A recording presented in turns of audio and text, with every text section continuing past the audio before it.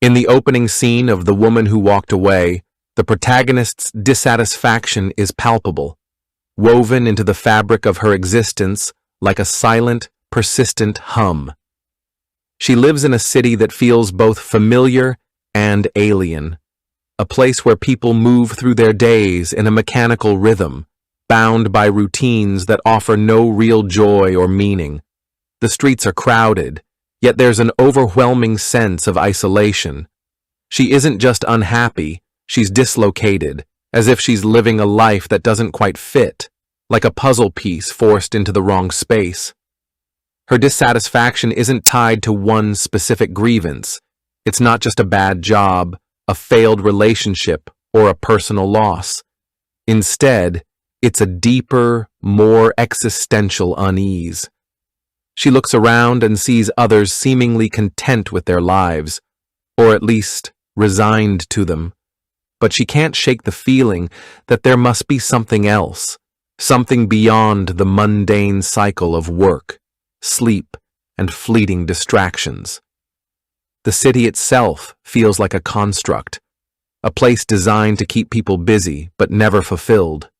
Then one day she sees them, the ones who walk away. A silent procession of people moving through the streets, their faces blank, their steps deliberate.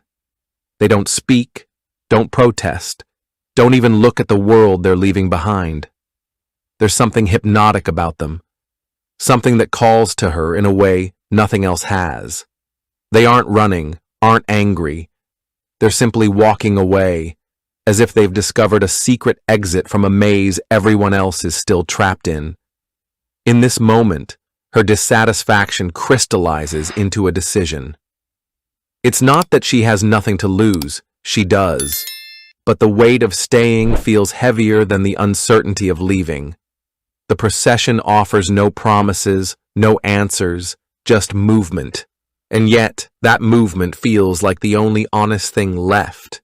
The moment the woman decides to join the procession is not a sudden, impulsive leap, but a slow, inevitable surrender, like a river finally breaking through a crumbling dam.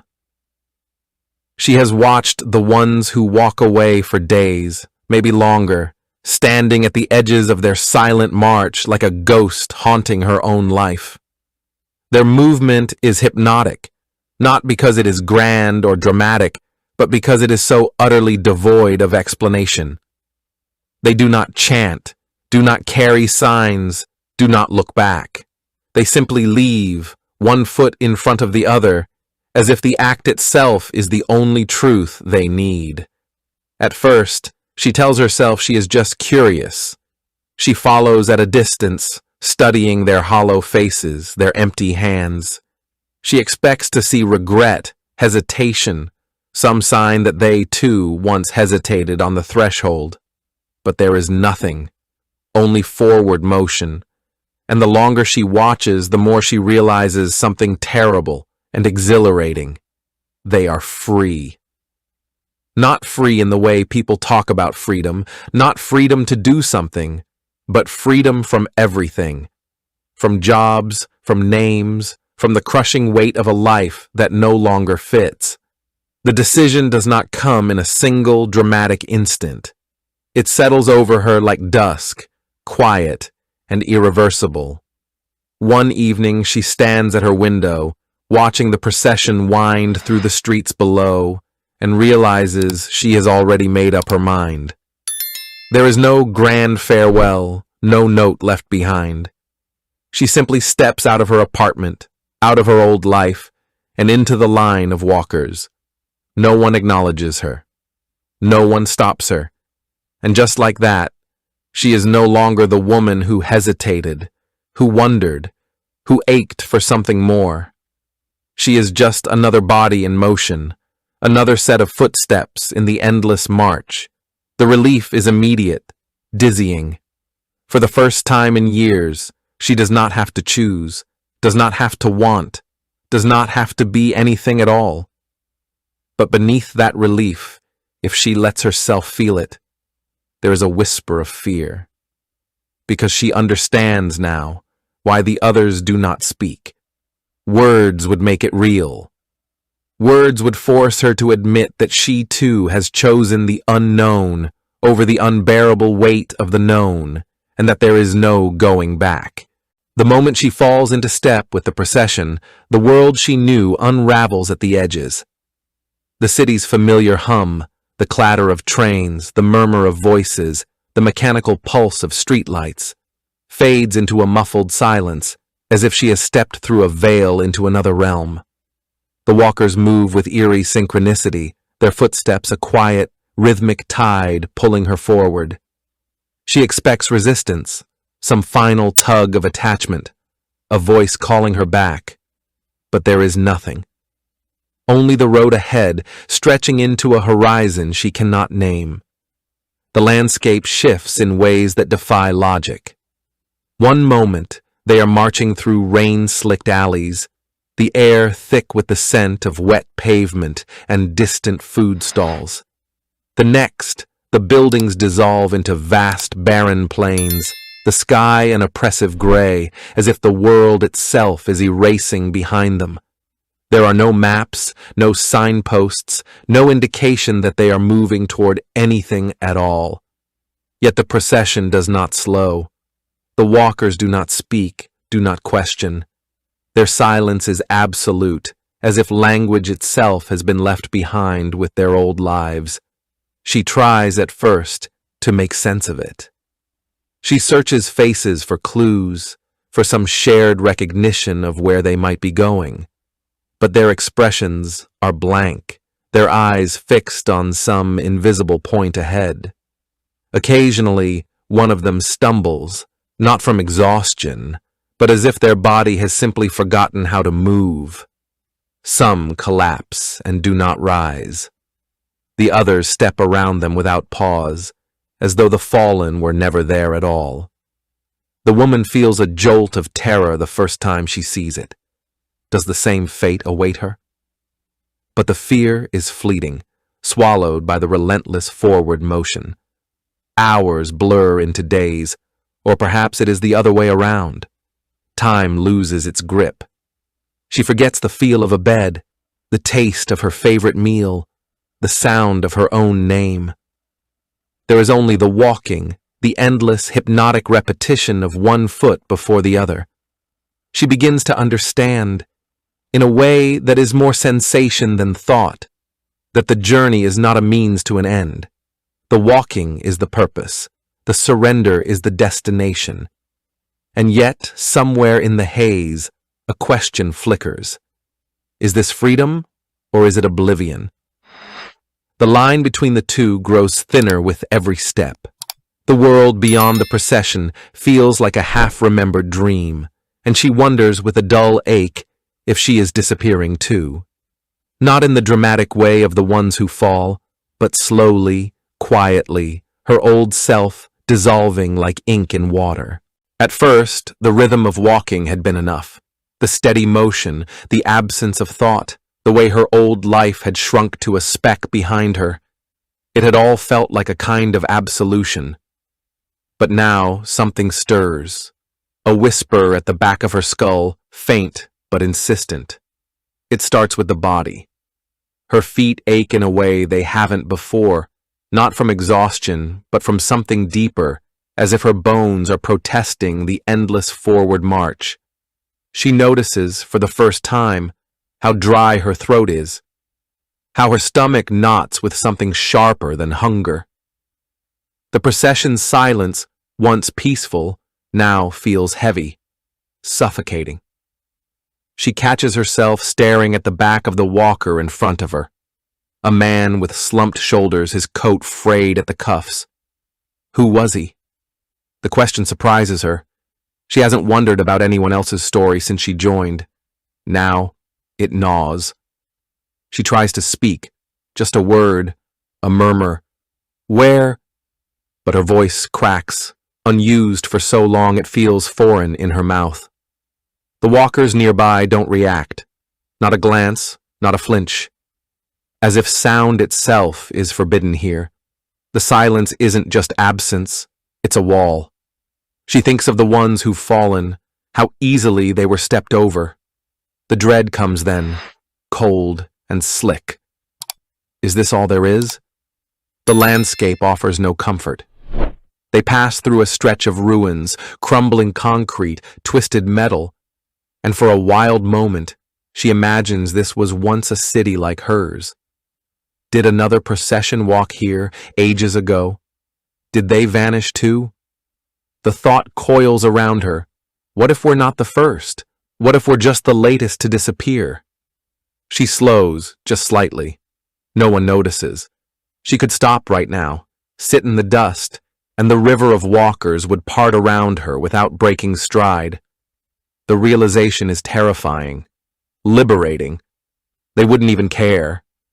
But then, what's left? Going back feels impossible. The life she abandoned is as distant as a childhood memory. Going forward feels like marching into a void. For the first time since she took that first step, she is truly still, even as her legs carry her onward. The doubt doesn't fade. It grows. And underneath it, the most terrifying question of all. What have I done? The man is not like the others. He sits hunched at the edge of the road, his back against a rusted husk of machinery, watching the procession with hollow eyes. What makes her pause isn't just that he's still, it's that he sees her, really sees her. His gaze is a hook, pulling her out of the trance of endless steps. She shouldn't stop.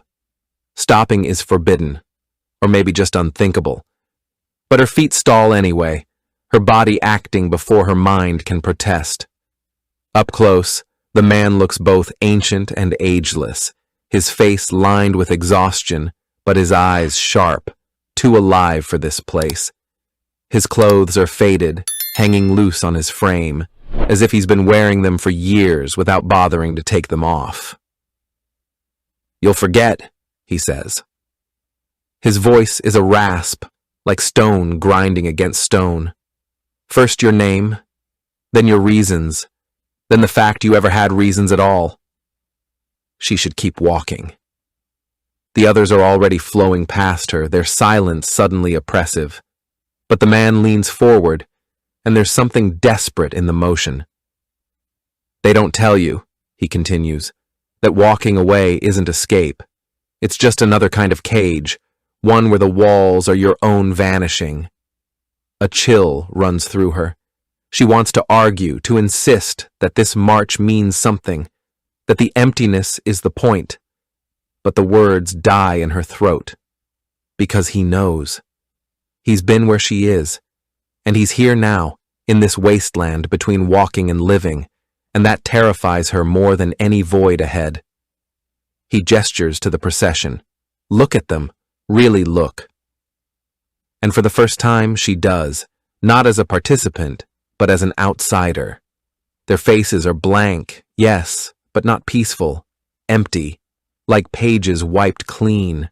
Some are gaunt, their cheeks sunken, their steps mechanical. Others move with a lightness that's almost grotesque, as if they're already half gone. The man sees her realization and nods. "I walked for months, maybe years. Time doesn't mean much out here. Then one day, I woke up, really woke up, and asked myself, what am I walking toward?" And there was nothing. No answer, just the road. He picks at a loose thread on his sleeve. "So I stopped." She opens her mouth to ask what happens now, if it's possible to go back, if anything is left. But he shakes his head. "I don't have answers. Just a warning. Keep walking long enough and one day you'll realize you've disappeared, and no one will notice, not even you." The procession stretches on ahead, a river of shadows. For the first time, the thought of rejoining it fills her with something worse than doubt. It fills her with dread. The man leans back, his message delivered. He doesn't tell her to stay or go. He just watches, waiting to see what she'll choose, and that, more than anything, is what cracks her open. Because the choice is still hers. It always was. The moment stretches like a wire about to snap. The man's words hang in the air, raw and undeniable, yet the procession marches on, a current pulling at her, whispering without sound that to stop is to drown. She stands paralyzed between two impossibilities: the horror of continuing into that silent, dissolving tide, and the terror of turning back toward a life that had become a suffocating husk. For the first time since she joined the walkers, she truly looks at the road ahead, not as a path to salvation, but as what it is, an endless, devouring mouth. The ones who walk beside her are no longer comrades, but specters, their faces smoothed of everything that once made them human. She imagines herself among them years from now, a hollowed-out thing, her memories sand slipping through skeletal fingers. The man's warning echoes, "You'll forget, then you'll forget you forgot." But the alternative, stepping out of the line, returning, feels just as impossible. What is left to return to? The life she abandoned was a prison of her own making, yes, but at least it was a prison with walls she knew. To go back now would be to admit that this grand rebellion, this defiant march into the unknown, was just another kind of surrender. Worse, it would mean facing the ordinary despair she'd tried to flee, with nothing to show for her journey but blistered feet and the crushing weight of her own indecision. The man watches her, silent now. He doesn't offer pity or push her toward a choice. He's simply there, a living testament to the unbearable truth that neither path offers solace. That realization is the cruelest blow of all. A gust of wind kicks up dust around her ankles. Somewhere in the distance, a structure groans, metal on metal, a sound like a dying animal. The world feels thin here, as if the fabric of reality is wearing through. She thinks of the ones who collapsed along the way, how easily they were absorbed by the road. She thinks of her old apartment, her half-dead houseplant, the unpaid bills on the counter. Neither belongs to her anymore.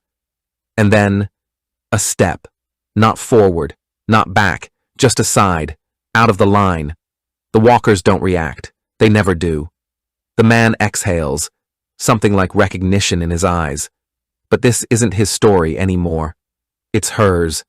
She doesn't know where she'll go, doesn't know if anything remains of the woman she was before she took that first step into the procession. But for the first time in what feels like forever, the choice is hers. Not to walk away, not to return, just to choose. The road stretches in both directions, infinite and indifferent. She turns her face toward the wind and begins to walk, alone. Thanks for watching. If you enjoyed this video, hit that like button, subscribe, and ring the bell for more. Let me know your thoughts in the comments. I'd love to hear from you. See you in the next one. Bye for now.